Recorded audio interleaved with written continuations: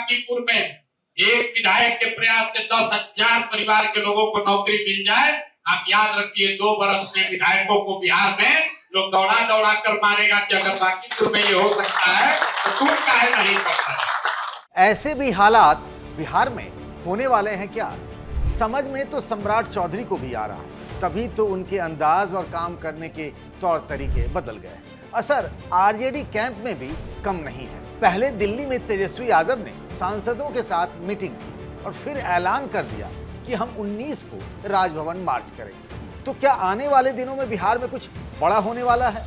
बांकीपुर जीतने के बाद प्रशांत किशोर एक और चुनाव जीतने की तैयारी में लग गए। सम्राट चौधरी की बीजेपी मंत्रियों के साथ सीक्रेट मीटिंग और फिर नीतीश कुमार से मुलाकात के इशारे क्या है? राजधानी में इसी की बात। नमस्कार, मैं हूं पंकज झा।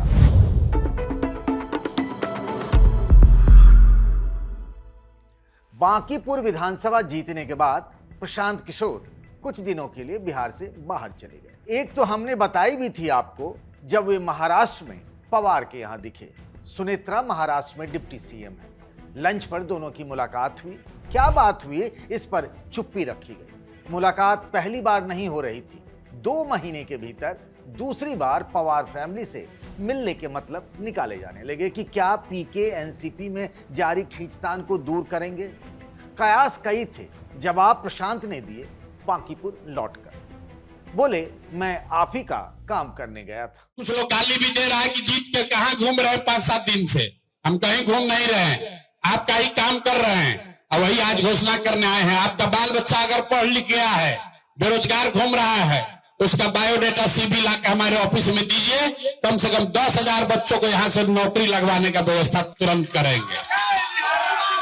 रोजगार और शिक्षा पर तो पीके बोलते रहे हैं। अपने विधानसभा में 10,000 नौकरी देने की बात कर पीके ने 2020 की याद दिला दी।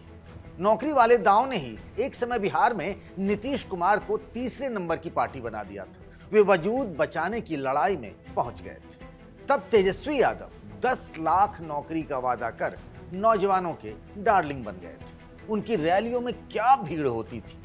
कुछ सीटों की कमी की वजह से सरकार बनाते बनाते रह गए थे तेजस्वी यादव। वोट का अंतर तो महज 11,000 का था एनडीए और महागठबंधन के बीच। मतलब रोजगार वैसे तो किसी भी राज्य में, पर बिहार में वोट जुटाने का बड़ा जरिया है। पीके ने इस पर बड़ी लकीर खींचकर सम्राट चौधरी को उलझा दिया है।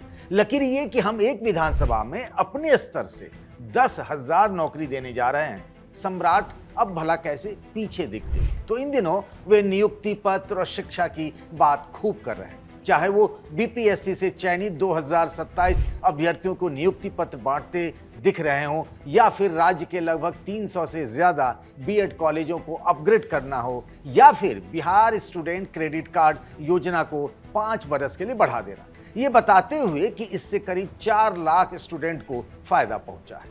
सम्राट चौधरी बदल तो रहे हैं, पर पीके नहीं बदल रहे हैं, क्योंकि उनको लगता है कि अगर मुख्यमंत्री की कुर्सी खा ली तो फिर उनकी बड़ी जीत होगी। भरत तिवारी एनकाउंटर में सरकार किश्तों में एक्शन ले रही है। सम्राट चौधरी ने अभी खुद से ये जानकारी दी कि न्यायिक जांच की अंतरिम रिपोर्ट के आधार पर बिहार सरकार भरत तिवारी के परिवार को आर्थिक सहायता देगी और एक परिजन को सरकारी नौकरी देगी। पर पीके कह रहे हैं कि बात इतने भर से नहीं बनेगी, और अगर भरत तिवारी के परिवार को एनकाउंटर के बाद मुआवजा और नौकरी दी जा रही है तो फिर औरों को क्यों नहीं। मैं स्पष्ट कर रहा हूं कि ये परिवार को नौकरी देना, पैसा देना तो ठीक है, उनका हक सरकार ने किया है, लेकिन इससे न्याय नहीं होगा।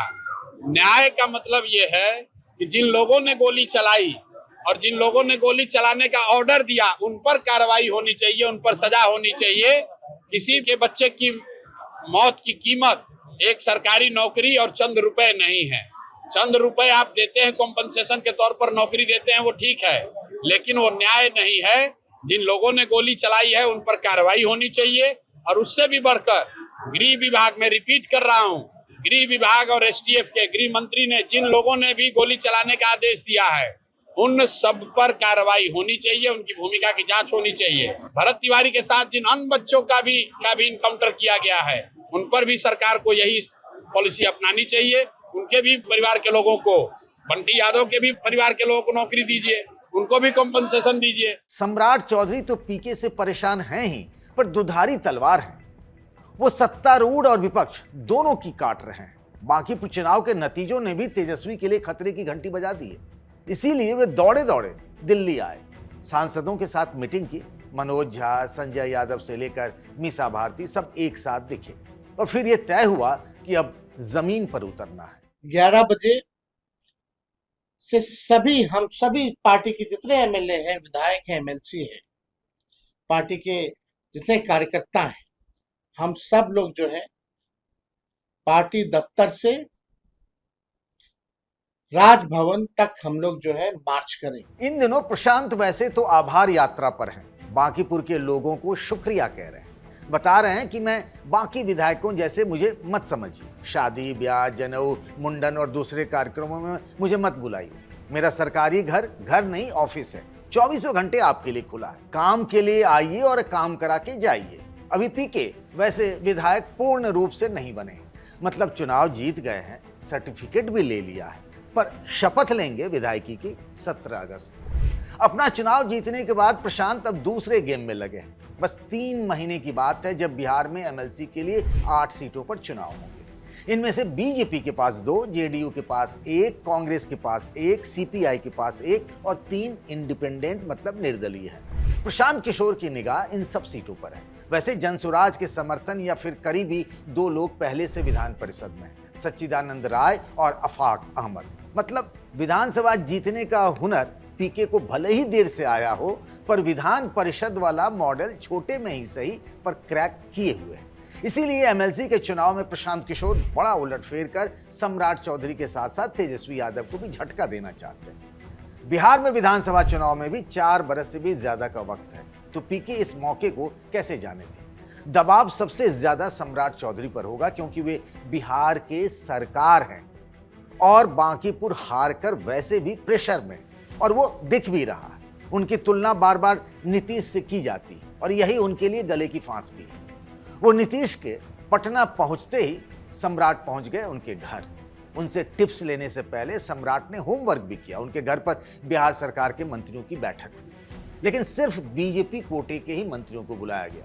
पीके इन दिनों ये बताने में तनिक भी नहीं चूक रहे हैं कि कैसे बीजेपी और सम्राट सरकार नीतीश का अपमान कर रही है। तो सम्राट कैसे बचेंगे पीके के इन वारों से, बताइएगा कमेंट बॉक्स में। इस वीडियो को बनाया साथी शुभम ने। राजधानी में आज के लिए बस इतना ही। बाकी खबरों के लिए बने रहिए द ललन टॉप के साथ।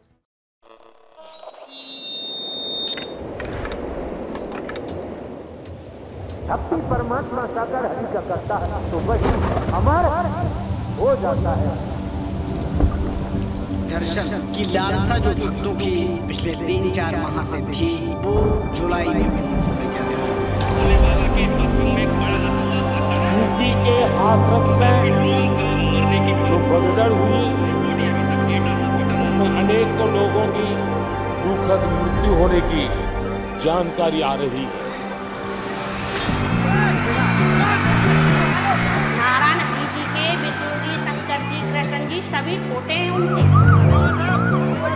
शासन की वजह से गड़बड़ी हुई है। क्या चीख पुकार और रोने का वो तांडव बना हुआ था। ऐसे सबों को ऐसे करके निकलना पड़ रहा था। जो आया है सो जाएगा, राजा रंक विभिन्न वाहनों से डेड बॉडी आने का तांता लगा है। जो आंखों सामने घटना हुई थी उसको वो पूरी तरह से सही तरह से नहीं बता पा रहे। क्या हुआ था वहाँ पर? हम तक अच्छा ना देख पाओ। आप पहले क्लियर होना चाहिए था कि मेकशिफ्ट टेंट ना होता जो था वहाँ पे। किसी राजनीतिक दल ने बाबा को गिरने की कोशिश नहीं की। क्या अभी भी बाबा के सत्संग हो रहे हैं?